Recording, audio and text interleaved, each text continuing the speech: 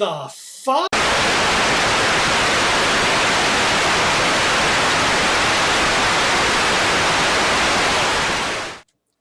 Okay, let's pretend that you're having problems with your online gameplay on PlayStation 4.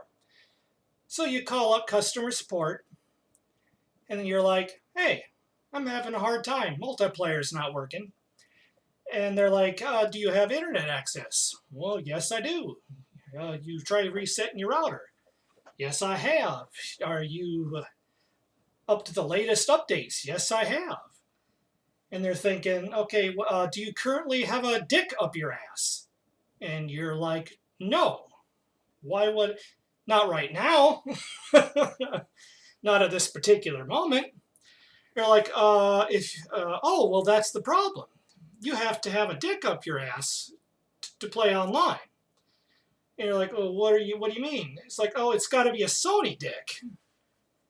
And you're like, you'd be a little upset, wouldn't you? Well, that's basically what's going on right now. Let's say that having that dick of Sony up your ass gets too hard, too painful, and if it falls out for any moment, for any reason, you can't play online games anymore.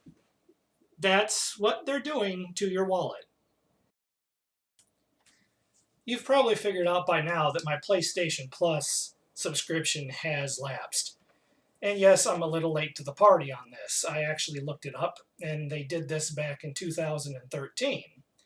So I am late. I didn't realize this was a thing. I know that they did it with Microsoft.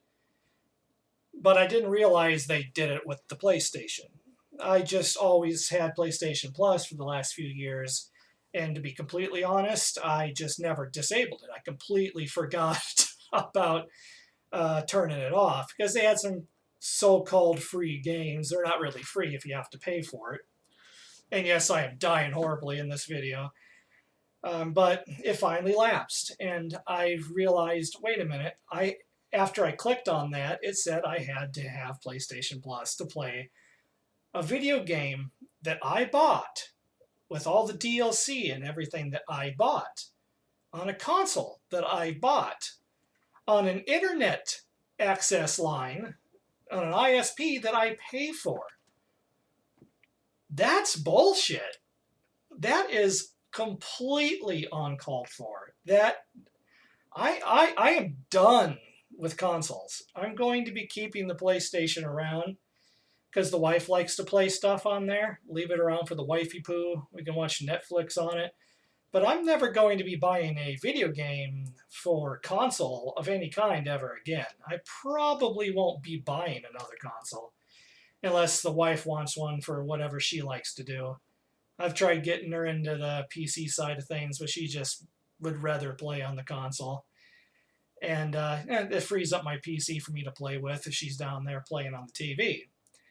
But this is just flat out ridiculous. I honestly can't believe this. And yes, I know I'm late to the story here, but I can't believe this. So you're not going to be seeing me playing anything on console anymore. And if you're thinking to yourself that this video footage, man, this looks good for PlayStation 4. That's because this is not PlayStation 4 footage. This is on my computer with literally everything cranked up to ultra, as far as it will go in 1080p with VSync, motion blur, and any frames per second, any FPS caps turned completely off, because we all know those are bullshit. I'm going to be playing all my video games on PlayStation, force of habit, playing all my games on PC instead of PlayStation now. Except for maybe that golf game that I have on the PlayStation that's not online at all when I just feel like it. But I honestly don't understand how this has become a thing, how consumers can allow something like this to happen. I really don't understand it. I don't understand how console players, and I haven't played games on consoles in a while, and hence me just learning about this, but I don't understand how you can allow that to happen. It's non-consumer as hell. You're letting Sony and Xbox, Microsoft now, just basically stick a dick straight up your ass, and you're like, okay, then that's fine. I don't have a problem with that because I looked up some stuff. People complaining about when this first started. I don't know how I missed this, but I did. They're like, people are like, oh, whatever. If I have to pay $60 a year, which apparently is $60 a year now, to play my games, oh, so be it, right? If it's what I have to do, I'll do it, right? Well, what if Sony said, what if Sony said you had to have a dick up your ass, literally? We're going to send a small Asian guy from Sony, or worse, and you have to have his dick up your ass to play your games. Would you be like, well, if that's what I have to do to play my online gaming, bring it on over, and then just lube it up. Oh no, you're not going to get any lube. Oh well, whatever I have to do to play my games. Where's the line? Where is the line? This is too far. I have a Steam account, Origin account, Uplay account. This particular game is on Origin, obviously. Completely and 100% free. 100% free. I'll be able to play Battlefield 1 until no one has servers anymore, and not have to pay anything to Origin at all, ever. It's because they know the PC community would not put up with this. They know that they'd be screwed. It'd be suicide if they tried that with the PC community. Oh my God. But I prefer to play on PC anyway. And here's why. This is all PC footage. High-end 1080p PC footage. I have video from this exact map on PlayStation 4, and we're going to be switching over to it here now. See? Did you see that instant drop in graphical quality there? It's a little hard to see on YouTube, but it's there. This is the beginning of another match. I used to have an AverMedia plugged in to my PlayStation 4 downstairs, and that's how I recorded it. I actually have it plugged in to in line with my primary monitor, and this is cool here. I've never seen that before at the time, so I start running. This was new to me at the time, but I have this upstairs hooked to my primary monitor on my PC now, so if I need to, I can record gameplay without running any recording software. If I want to run something that just does not want to be recorded, I can still record gameplay. So it's really handy. But this is the best that PlayStation 4, which is better than the 360. We're not talking pros or Xbox Ones here. This is as best as it can do. And I'm not going to let it go forever. But you will notice it dropping down to like 720p resolution. You'll notice frame rates down into like the high 20s or lower sometimes. It's never gets over like 900p. It can't run at 980p. I'm in my editing software right now, and I wish I could just look at what it says the source video is, but it doesn't tell me right off the bat right here. But it is around 900p somewhere. I do know that from experience. It's not, you can't even get 1080p, 30 frames per second. And I'm going to let it pan back out, and then over top of the map, we're going to switch back to the PC footage here.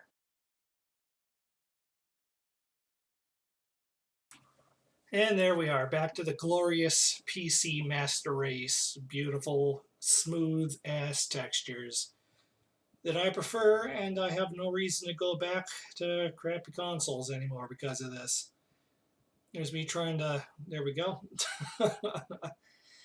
I don't know, hopefully you can see the difference going back better. You usually notice it going back for some reason. I don't know why when you go back and forth. Oh, here we go. This is PC. This is PlayStation 4. PC, PlayStation 4, and back to PC. I know a lot of people that play on consoles, and if you choose to play on a console, I mean, you choose to play on a console. I'm not going to shit talk people who play on consoles. I've played on consoles for years, and if you want to, go ahead. I don't want this to be a console burning necessarily video, but this is how I feel about it right now. And this is how I'm going to probably feel about it forever. And I have to ask, if you do play on console, why do you put up with this?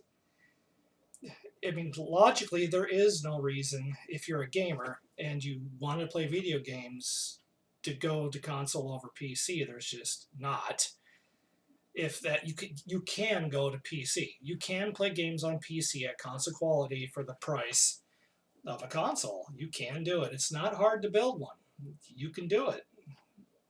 If you know how to set up a console on a TV and set up your audio system, do all that, you can learn to build a simple computer. You can buy a desktop with a proper power supply, just a semi-modern desktop, not even, for a couple $100, swap a mid-range GPU in there, and there you got a gaming PC as powerful as like a PlayStation 4. So I really don't understand that. I really don't get it.